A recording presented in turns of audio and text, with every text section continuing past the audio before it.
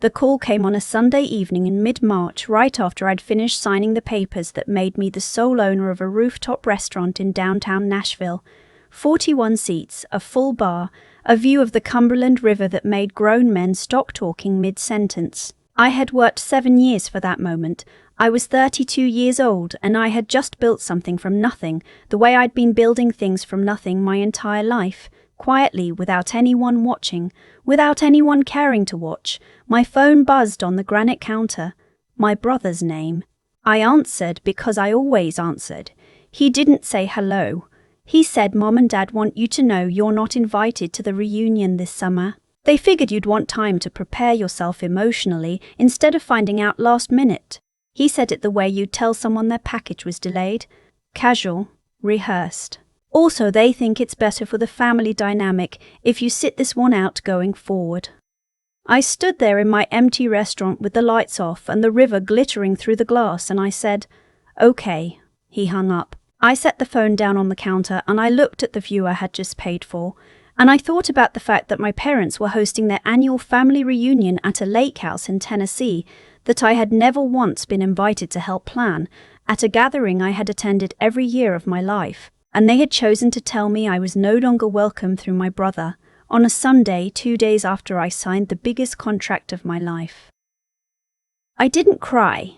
I'm telling you that not because I want credit for it, but because it matters to the story. The version of me who would have cried had already been used up a long time ago by smaller injuries. This one just landed differently, heavier, more final. What I didn't know that night, what I couldn't have known, was that the timing of that phone call was not a coincidence. They had chosen that specific moment for a reason, and it would take me 3 months to find out what that reason was. I grew up understanding very clearly that I was the extra child, not unloved exactly, but uncentered. My brother, who was 4 years older, had always been the point around which everything else in our family orbited. My parents didn't announce this. They didn't have to. It was communicated in the way my father coached every one of his sports teams, but never once came to a single parent-teacher conference for me. In the way my mother framed every school photo my brother ever took and kept mine in a shoebox in the hall closet. In the way Christmas gifts were distributed, in the way dinner conversations circled back to his plans, his achievements, his potential, the way a satellite dish tilts toward the strongest signal. I stopped competing for the signal by the time I was 15. I worked instead. I waitressed at a diner 2 towns over so my parents didn't have to see me doing it. I saved everything. I paid for my own prom dress, my own college application fees, my own first semester of culinary school. When I told my parents I wanted to be a chef, my mother said she hoped I knew what I was getting myself into. My father said restaurants were a bad investment. Neither of them came to my culinary school graduation. My brother had a golf tournament that weekend, and they went to that. I don't say any of this to make you feel sorry for me. I say it because you need to understand what kind of person had to be built out of that childhood. Somebody who didn't wait for permission. Somebody who stopped expecting to be celebrated and started expecting to be underestimated. Both things turned out to be useful. By the time I was 28, I had worked in 4 professional kitchens, managed a restaurant for someone else for 3 years, saved more money than anyone in my family knew about, and identified the exact location and square footage of the space I wanted to open. The building on 5th Avenue in Nashville had been vacant for 11 months. The landlord wanted a tenant with collateral. I had collateral. I signed the lease on a Tuesday morning and I didn't tell anyone until the week before we opened. My parents came to the opening. I invited them because even then, even after everything, I still hoped for something I couldn't name. They walked through, my mother said. The lighting was dim. My father said he worried about parking. My brother didn't come. He sent a text that said congrats with a thumbs up emoji. That was it. The restaurant did well. Better than well. By our 2nd year, we had a 3-month wait list and a write-up in a food magazine that called the view alone worth the price of admission. I bought out my business partner. I started thinking about a second location. The version of myself that had grown up invisible in a house full of people who didn't see her had become, quietly and without any of their help, exactly who she'd always intended to be. And then my brother called on a Sunday in March to tell me I was no longer welcome at the family reunion. I spent the next 2 weeks working too hard, the way I always process things I don't want to process. I reopened the reservation system, trained a new sous chef, personally sourced a spring vegetable supplier from a farm outside of Murfreesboro. I let the work do what the work always does, which is fill the space where the feelings would otherwise live. The envelope arrived on a Wednesday. My name on the front, my business address, a return address I didn't recognize. I opened it at my desk in the back office with a cup of coffee going cold beside me. It was a past due notice, commercial lease default.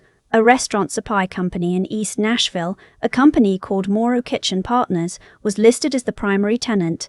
I was listed as the guarantor. The amount owed was $47,000. I had never heard of Morrow Kitchen Partners.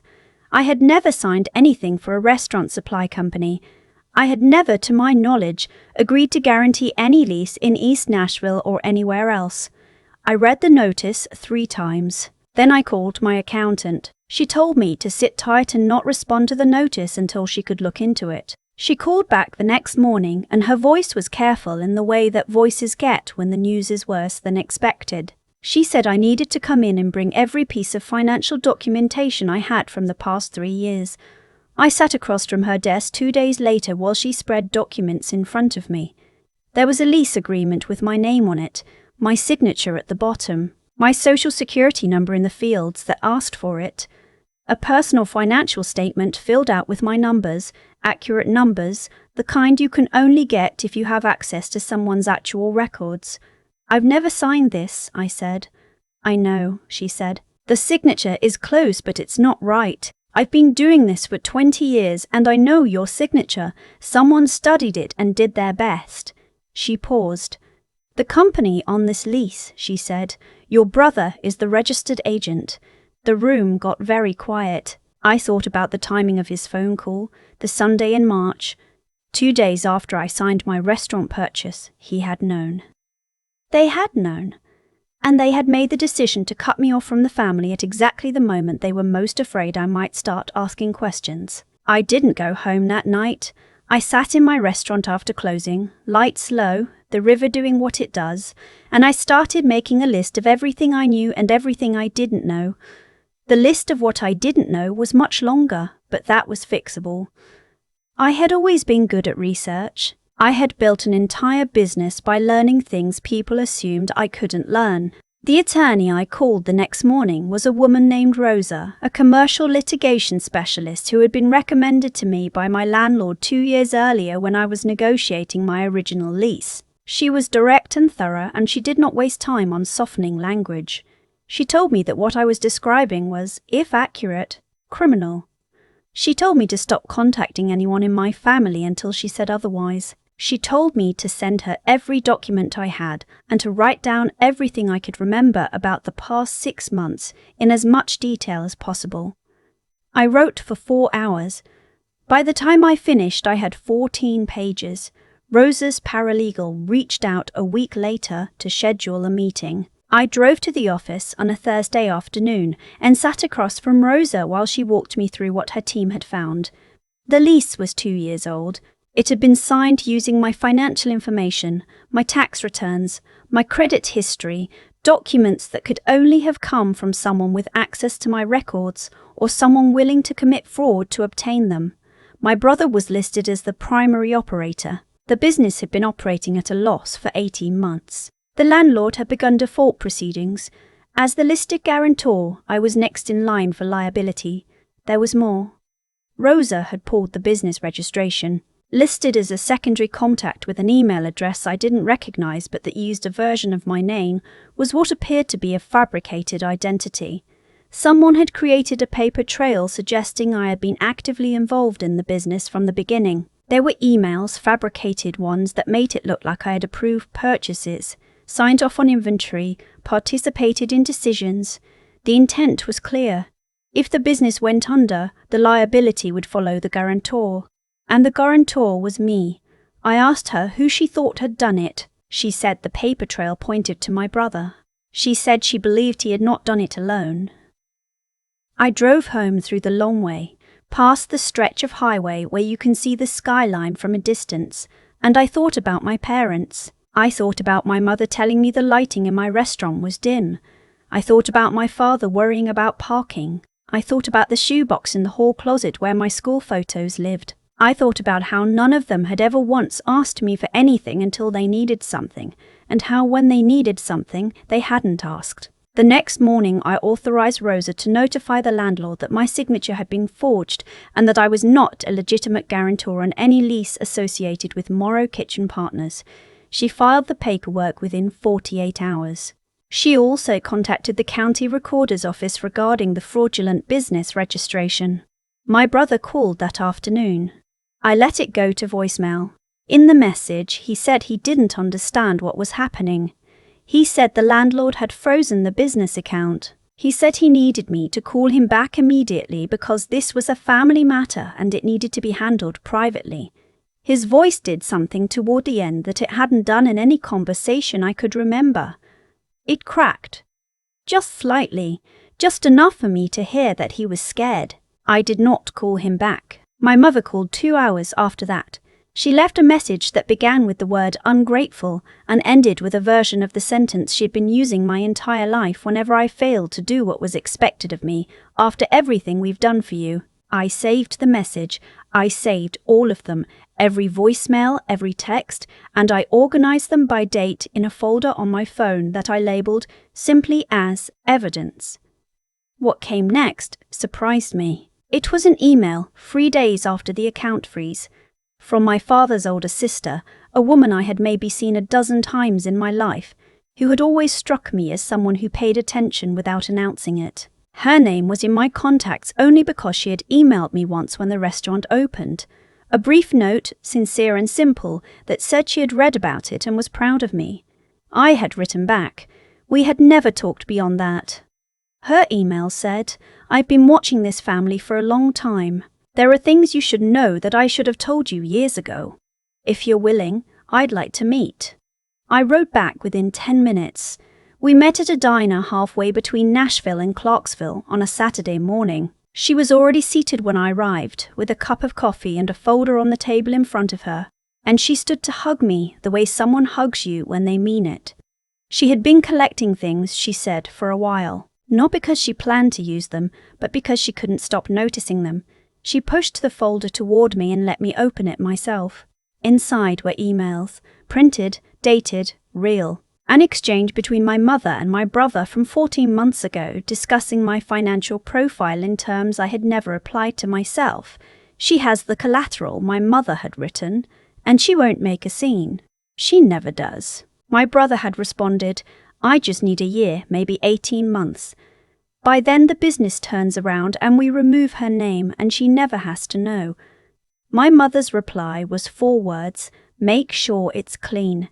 There were more. A message from my father to my brother asking whether the guarantor paperwork would hold up to scrutiny.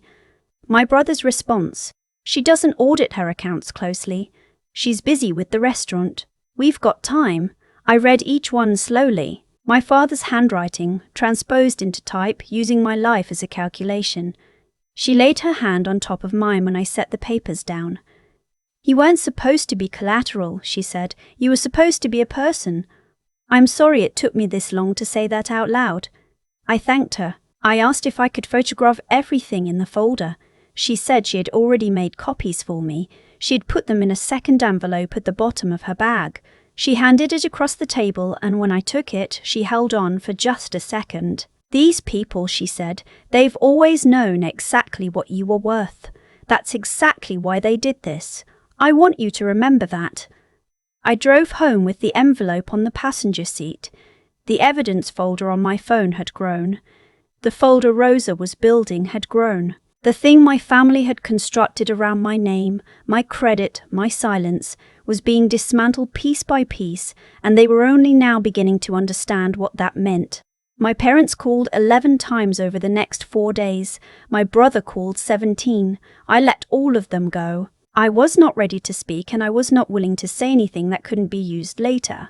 Rosa had told me to be patient. I was good at patience. I had been practicing it my entire life. The meeting was held on a Tuesday, 3 weeks after Rosa filed the initial notification. My parents had retained an attorney, a man named Wickfield, who wore a very good suit and spoke in the careful cadences of someone paid to make bad situations sound negotiable.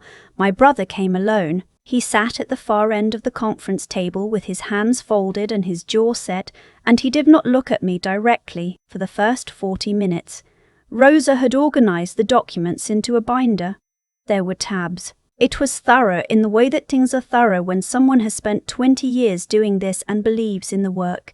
I had one page in front of me, my own. I had written it at my kitchen table the night before, sitting in the quiet that my apartment had become, and I had written it slowly and without crossing anything out, because by the time I sat down to write it, I already knew exactly what I needed to say. I let Rosa speak first. She walked through the evidence methodically: the forged signature, the fraudulent business registration, the fabricated email trail, the interception of notice letters which had been redirected to an address associated with my brother's business and never forwarded to me, the coordinated nature of the fraud, evidenced by the email chain my father's sister had preserved. My mother's attorney started to speak. Rosa held up one hand and he stopped. When she was done, I looked across the table at my family. My father's face had done something that I had never seen it do in 32 years. It had gone uncertain. My mother was looking at the table. My brother was looking at the window. I said, "I know what you did. I know when you decided to do it. I know that you discussed it in writing and that you told each other I wouldn't notice and wouldn't make a scene. I want you to understand that I have everything, every email, every document, every redirect." My brother said my name, just my name, like it was the beginning of an explanation. I said, "I'm not here for an explanation. I'm here so that you can see me deciding. I'm going to protect my name, my credit, and my business from what you put in motion. That process is already underway. If the company defaults, that default will follow the person who actually signed for it." My father said quietly that they had only done it because they needed help, that he hoped I could understand the position they had been in. That family was supposed to pull together when things got hard. I said, "You removed me from the family 2 days after I signed my restaurant purchase. You did that so I would have no reason to investigate. You made that calculation about me in writing. You decided I was useful, and then you decided I was too close to something you didn't want me to see." He didn't say anything else. My mother looked up from the table for the first time. She looked older than I remembered from the last time I'd seen her. She said she was sorry. She said it the way people say things they mean but have left too long, when the meaning has started to dry out and the sorry can't carry everything it was supposed to carry anymore. I said, "I heard you." Then I stood up and I picked up my one page and I said, "My restaurant is mine. My name is mine. Neither of those things were ever available to you, and they are not available to you now. If you need to communicate with me going forward, you can reach me through Rosa." I walked out into the hallway and then out into the afternoon, which was the kind of clear Tennessee afternoon that makes you feel like the air itself is doing you a favor. And I sat in my car for a few minutes without starting it, and I let the silence be what it was, which was not empty, which was the sound of something finally finished. The weeks that followed were not triumphant in the way I might have imagined, back before I understood what winning actually feels like. The business had its accounts frozen while the county processed the fraud investigation. My brother hired and then fired 2 more attorneys. The original landlord pursued breach of lease. My parents had co-signed some of my brother's personal debt, and that came due when his business income collapsed. The house they'd lived in for 28 years went on the market in June. Rosa called me the morning the charges were formalized. She was matter-of-fact about it, the way she was matter-of-fact about everything. She said my name had been fully removed from all associated documents. She said I owed her the remainder of her retainer, and she'd send a final invoice. She said I had been patient and strategic and that it had served me well. I said, "Thank you." She said, "Don't thank me. You did the work." My father's sister texted me that same afternoon. "Just checking on you," she wrote. I texted back that I was okay and that I meant it and that I was grateful she had been paying attention when nobody else thought to. She replied, "I always thought you were the most interesting one. I just wasn't brave enough to say it sooner." I put my phone down and I went back into my kitchen and I started prep for the evening service, the way I do every afternoon, the mise en place that is really just the practice of organizing what you have before the heat turns up. I have a line cook named Theo who has been with me since the beginning, who doesn't talk much but moves around a kitchen the way some people play piano, like it makes sense in his body in a way that nothing else does. He looked at me when I came in and he said, "Big day?" I said, "Yeah." He nodded and went back to his cutting board, and that was it. And it was exactly the right amount of conversation for the moment, and I was grateful for it. I thought, standing at my station, about a phone call I had gotten 2 weeks earlier, not from my family, from my brother's daughter, who is 12 years old and who had my number from a Christmas 2 years ago when I taught her how to make fresh pasta, and she texted me a photo of the batch she made at home the following week. She had texted, "Not called." She said, "I don't know what's happening with my dad, but nobody's telling me anything. Can we still talk sometimes? You're the only person in my family who ever taught me something on purpose." I had written back immediately. I said yes, always, no matter what. She sent me a thumbs up, and then, 20 minutes later, a photo of a pasta shape she had attempted from a YouTube tutorial, imperfect and beautiful. We text now, regularly. She asks questions about cooking and I answer them. She told me last week that she wants to go to culinary school someday, and I told her that was a very good idea. And I would write her a recommendation myself if she needed one. I think about her sometimes when I'm closing up at night, when the restaurant empties out and the river does its thing through the glass, and the city holds itself in that particular way it does after midnight, like it's finally breathing normally. I think about the family I was born into and the distance I had to build to survive it, and I think about how sometimes the most important thing you can do for the next generation is show up differently than the one before you did. I don't know exactly what peace looks like. I think I used to imagine it as an arrival, a moment when everything would click into its final position and stay there. It isn't like that. It's more like what happens at the beginning of a service, when every station is set, every ingredient is where it belongs, every person knows their role. It's not stillness, it's readiness. It's the feeling of having done the work and being prepared for whatever comes next. The reunion happened without me in July. I know because a cousin sent me a photo by accident, a group shot at the lake house, everyone arranged in rows the way they arranged themselves in those photos. I looked at it for a long time. I didn't recognize the feeling it gave me. It wasn't grief exactly. It wasn't relief exactly. It was something in between that didn't have a name yet. The specific way of understanding that you were never really in that picture to begin with, and that the frame was always smaller than they let you believe. I put my phone in my pocket and I went back to work. The reservation book was full. Theo was already in the kitchen. The river was doing exactly what the river does. That was enough. That was actually everything. I've thought a lot about what my father's sister said to me in that diner outside of Clarksville. She said they always knew exactly what I was worth. That's exactly why they did this. I've turned that sentence over so many times in the years since that it's worn smooth, like something you carry in your pocket long enough that the edges stop being sharp. She was right. And here's the thing about being right in a way that also hurts. It takes time to figure out what to do with it. What my family did wasn't a mistake. It wasn't desperation making people sloppy or panic making people careless.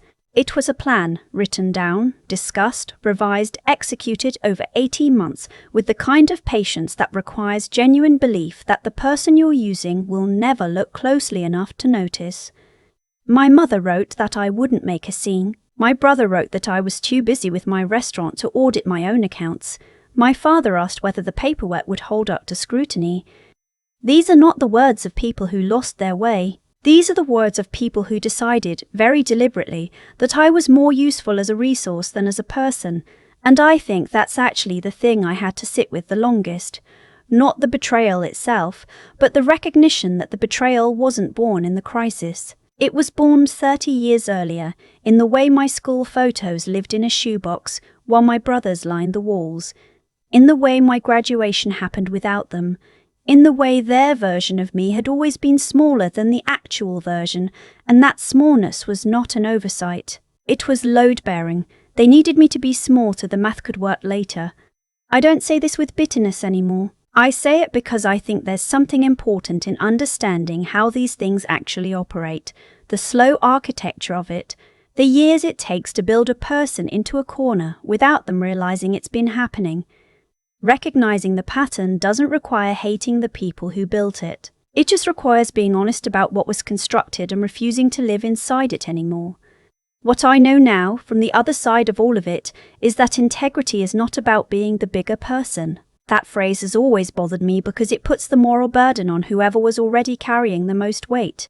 Integrity, the way I understand it now, is just about refusing to become what was done to you. My family treated me like a number on a balance sheet. I could have responded in kind. I didn't. Not because I'm noble, but because I'd spent 32 years building something that I actually wanted to be, and I wasn't willing to let their worst moment rewrite my character. Mia, my brother's daughter, texted me last week. She sent a photo of a pasta shape she'd attempted from a tutorial. Imperfect, completely beautiful. She's 12 years old and she's figuring out what she loves, and she reached toward the one adult in her family who never asked her to be anything other than what she already was. I think about the responsibility in that, the chance to show up differently than the generation before you did. That's the thing that matters now. Not the restaurant, not the fraud investigation, not the phone that finally went quiet. It's the fact that when she asks me something, I answer. When she tries something and it doesn't work, I tell her to try it again. I show up, on purpose, without conditions. That's the whole lesson as far as I can tell. You cannot control who raised you. You can control, with everything you have, who you decide to be in someone else's story.